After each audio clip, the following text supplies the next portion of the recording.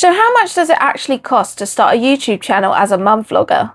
Because when I decided to start vlogging as a mum, I had no idea how much it was going to cost me. You know, like, do I need a proper camera? Do I need a microphone? Editing software? A fancy tripod?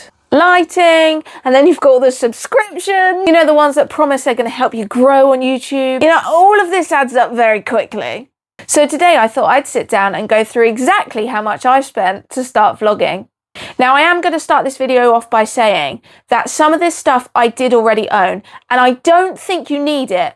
However, I am including it in the how much it cost me video because I'm using it currently.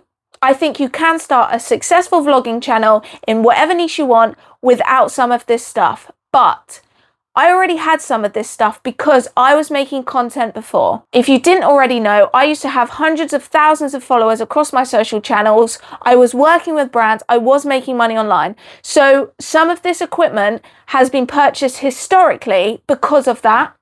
And I think it would be unfair to say, oh, I haven't spent anything on becoming a vlogger, because that would be a lie. And I have. Okay? Anyway, let's get into it. So first up, equipment. And most importantly, camera. What am I using to vlog? This is actually my phone. I feel like everyone's probably got one. It's always in your pocket. It's so convenient, so easy. It's just like a no-brainer to start on my phone. Now, the thing is about cost. I already own the phone. I'm currently using my Samsung S24 Ultra, so I'm due an upgrade soon. But am I including this as a cost in a vlogging startup? No. I am counting this as zero just because I haven't spent anything additional on the phone. It's just my phone. So for this, I am saying I've spent nothing on my camera. The thing is, I think when you're vlogging, whether you're going to be a mum content creator or just vlogging day to day, whatever your niche you want to be, I think it's really easy to watch content online and be sucked in thinking that you need to spend loads of money on a camera, loads of money on equipment, loads of money on this, loads of money on that to make good content. When really, if you're just starting out, your phone's good enough. So, tripod. I actually got this really cheap off Amazon. It cost me £17. It's a really basic tripod. I wouldn't say it's flimsy, but I would say if you're going to do a lot of content outside where it's windy, it's probably not as sturdy as you'd want. It doesn't have like a sandbag weight or anything like that to keep it on the ground. So there is a risk that if you're doing, you know, extreme content, you probably want something a bit better than this. But for me, we're filming mostly in the house. We're doing very gentle and casual content. It's perfect. Microphones. Now, this was quite a big purchase. These cost £47. I'm going to stress. I don't think if you're starting a YouTube channel, if you're starting vlogging, I do not think microphones are the be all and end all. I think filming from your phone microphone would be more than sufficient for somebody just starting out. We have used these historically on previous content. Do I think they're great? Absolutely. I would recommend getting a microphone. Do you need to spend £47 on a microphone? Probably not. And actually, time's moved on. Can you get cheaper microphones now? Probably. And I will just add that this is a dual microphone set, but this microphone actually doesn't work because my husband put it through the wash. So it's a very expensive one mic'd setup we've got going on now. Now, I would say that's all the equipment I do use. However, I have filmed a couple of car shots where I do have a suction cup mount for that. That is just a historic mount that I've had from, I think it came from Insta360 or something like that. I couldn't tell you how much it cost because it came with different equipment. I also would say I've probably only used it twice so far in my vlogging career. So would I recommend?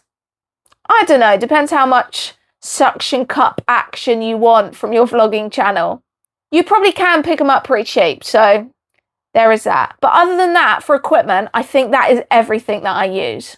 So I'm going to move on to software now. Historically, I was using Adobe products, but I have actually made the switch to CapCut now. I did find myself using CapCut a lot to make short form content. So it just felt natural that I kind of wanted to continue the relationship with CapCut.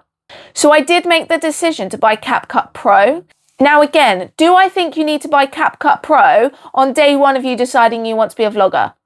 No. Did I need to spend £80 on CapCut Pro? No, probably not. The thing is, I'd made a video and I was trying to export it and it kept telling me that I had a CapCut Pro element used and I couldn't export the video because I was using the CapCut Pro element. And the thing is, I went back through and I was like trying to find like where this Pro element was because I just couldn't work out which bit was the Pro. So in the end, I was very frustrated and I did buy CapCut Pro. I would say it was an impulse purchase. Don't know if I'd recommend it. So far, I think most of the features I have used, I was using before when I was just paying like £8 a month for it or whatever the basic package was. However, I have so far edited everything and done everything on CapCut. So I do recommend CapCut as a editing software for sure. I definitely would recommend some of the Adobe products as well. Like I have really enjoyed using their editing software in the past, but now currently I am using CapCut. So if we add up all the equipment and the CapCut subscription, I think that brings our total somewhere around £143. Do I think that's pretty excessive? Yeah. I mean, like if you're deciding today that you want to start being a vlogger, that's quite a lot of money just to spend out straight away. However, I'm actually not done yet because there are also 2 recurring subscriptions that I pay monthly. I pay £13 a month to Canva. Now, I was using Canva for something else. I didn't buy it specifically to be a mum vlogger. However, I think you could definitely get away with the free version of Canva. We have the paid version just because we was using it for business purposes. So I have included it because I do use it and I use it a lot for vlogging purposes. I use it for making titles, thumbnails, etc. Do I think you need to spend £13 a month on it? No. I also do use vidIQ, which I know probably lots of you are going to be laughing because if you're viewing this video, you're probably one of 3 viewers that have found this video. Do I think you need to buy vidIQ straight up? No.